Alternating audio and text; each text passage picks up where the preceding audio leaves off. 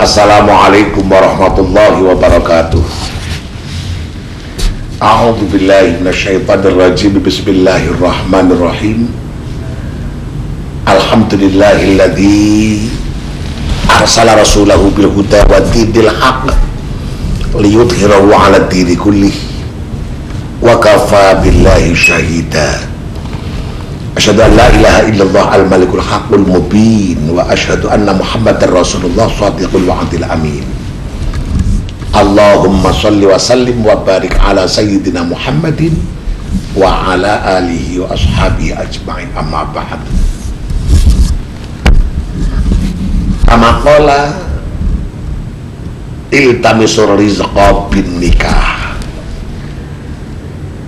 Kaum muslimin dan muslimat, para pecinta Tegar TV yang dirahmati Allah Subhanahu wa taala, dan para hadirin yang ada di studio, para kameramen yang selalu aktif.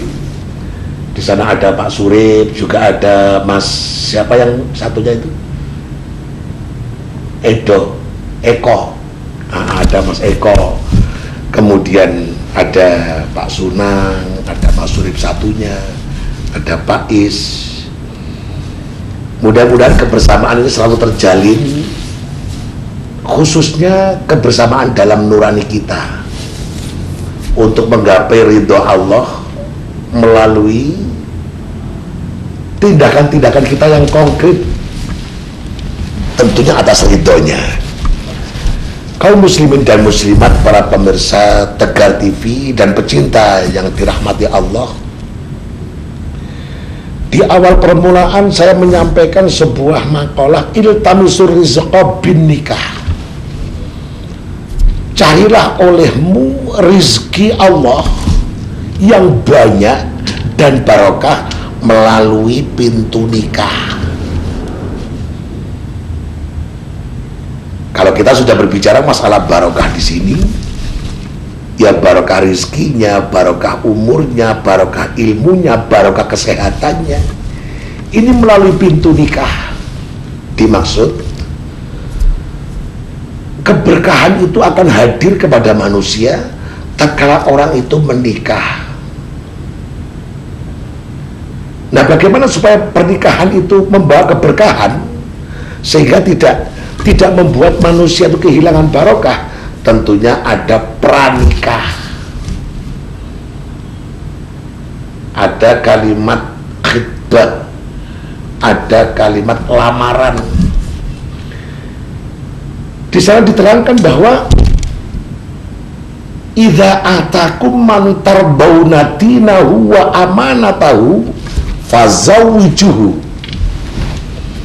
illa takun fitnatun wa fasadun kabir. Tatkala ada orang laki-laki yang datang ke rumahmu untuk melihat gadismu, kemudian setelah melihat gadismu dia senang, dia akan melamar, maka dari keluarga gadis lihatlah orang laki-laki ini. Yang pertama, dinahu, bentuk agamanya, sikap agamanya, pola agamanya, status agamanya. Setelah agamanya sudah jelas, wa amanatahu, dan bentuk tanggung jawabnya. Kalau ada orang laki-laki datang ke rumahmu untuk melamar gadismu, lihatlah laki-laki itu. Pertama kau lihat agamanya. Maksudnya dilihat agamanya itu yang pertama, ya agamanya sudah jelas sama-sama Islam, terus akidahnya sama.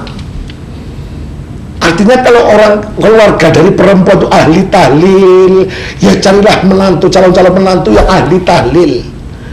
Kalau yang namanya orang tuanya memang sudah ahli manakib, carilah calon-calon menantu yang mau menerima manakib. Kalau keluarganya itu orang-orang yang ahli istighatsah, carilah calon-calon menantu yang biasa istighatsah dan mau menerima hadiah istighatsah. Kalau keluarganya ini, orang-orang perempuan ini, dari pihak perempuannya, keluarganya ahli sholawat, ahli NU, carilah olehmu calon-calon menantu yang satu akidah dengan kita. Supaya apa? Agar paham yang kita miliki ini tidak punah. Karena sekarang sudah mulai ada orang-orang yang menakut-nakuti Islam, kan sudah mulai ada. Orang Islam menakut-nakuti orang Islam. Tahlil bid'ah, Yasin bid'ah, manaqib musyrik, terus ziarah kubur musyrik terus. Nah, ini tak kalah sampean mencari calon menantu, jangan sampai yang tidak sepaham. Setelah ada sepaham, kemudian wa amanah tahu dan bentuk tanggung jawabnya. Kalau bentuk tanggung jawabnya sudah ada, agamanya sudah ada, lalu lamaran diterima, fazawwijuhu, segera hari itu dinikahkan. Jangan menunda-nunda. Kenapa? Kok ilah takun kalau tidak segera dinikahkan, pernikahannya nunggu 3 bulan, nunggu 5 bulan, nunggu panen, maka fitnah akan muncul, fitnah wa fasadun kabir, dan akan hadir kerusakan yang besar. Itu pasti. Karena nuwun sewu ya, yang namanya melamar ini bukan berarti halalnya hubungan. Orang sudah dilamar, ini belum bisa dikatakan halal, tetap haram hubungannya. Nah, halalnya hubungan melalui pintu nikah. Makanya segera dinikahkan, jangan sampai nunda-nunda. Kok ditunda-tunda, pasti akan muncul fitnah dan akan hadir kerusakan-kerusakan yang besar. Fitnah yang mana? Kerusakan yang mana?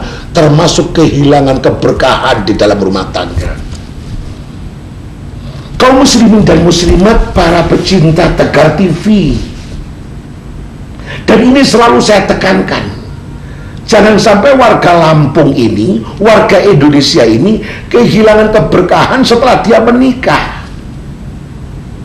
Kan banyak yang terjadi seperti itu.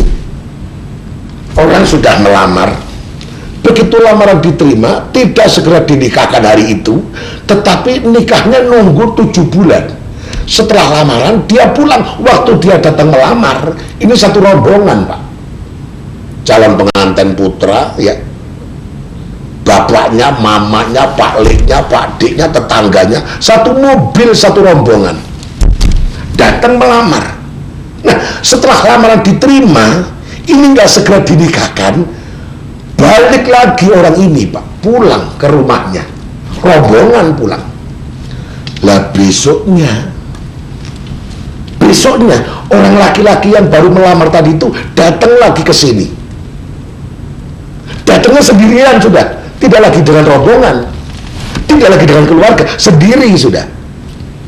Lu ironisnya ini loh, si keluarga perempuan, bapaknya perempuan, ibunya perempuan, begitu ada orang laki-laki yang datang ke situ untuk menemui gadisnya yang masih suci itu, lo dibolehkan kok, dibolehkan.